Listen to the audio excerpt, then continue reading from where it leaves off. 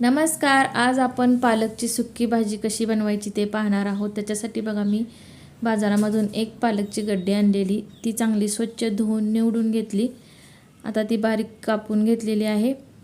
आता आपण याला फोडणी करून घेऊया. त्याच्यासाठी कढईमध्ये 2 चमचे तेल घातलेले आहेत. त्याच्यामध्ये जिरे घातले अर्धा चमचा. आता ते चांगले तडतडल्यानंतर एक बारीक चिरलेला कांदा घातलेला आहे.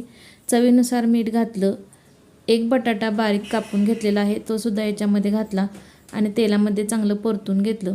नंतर बारीक चिरलेली हिरवी मिरची घातली, ती सुद्धा तेलामध्ये चांगली परतून घेतली.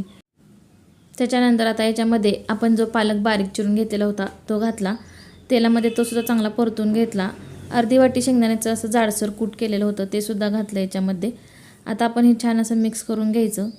एक 5 ते 10 मिनटं आपण भाजी चांगली शिजू द्यायची. याच्यामध्ये पाणी अजिबात घालायचं नाही. पटकन अशा पद्धतीने भाजी करून बघा आणि चॅनलला सबस्क्राईब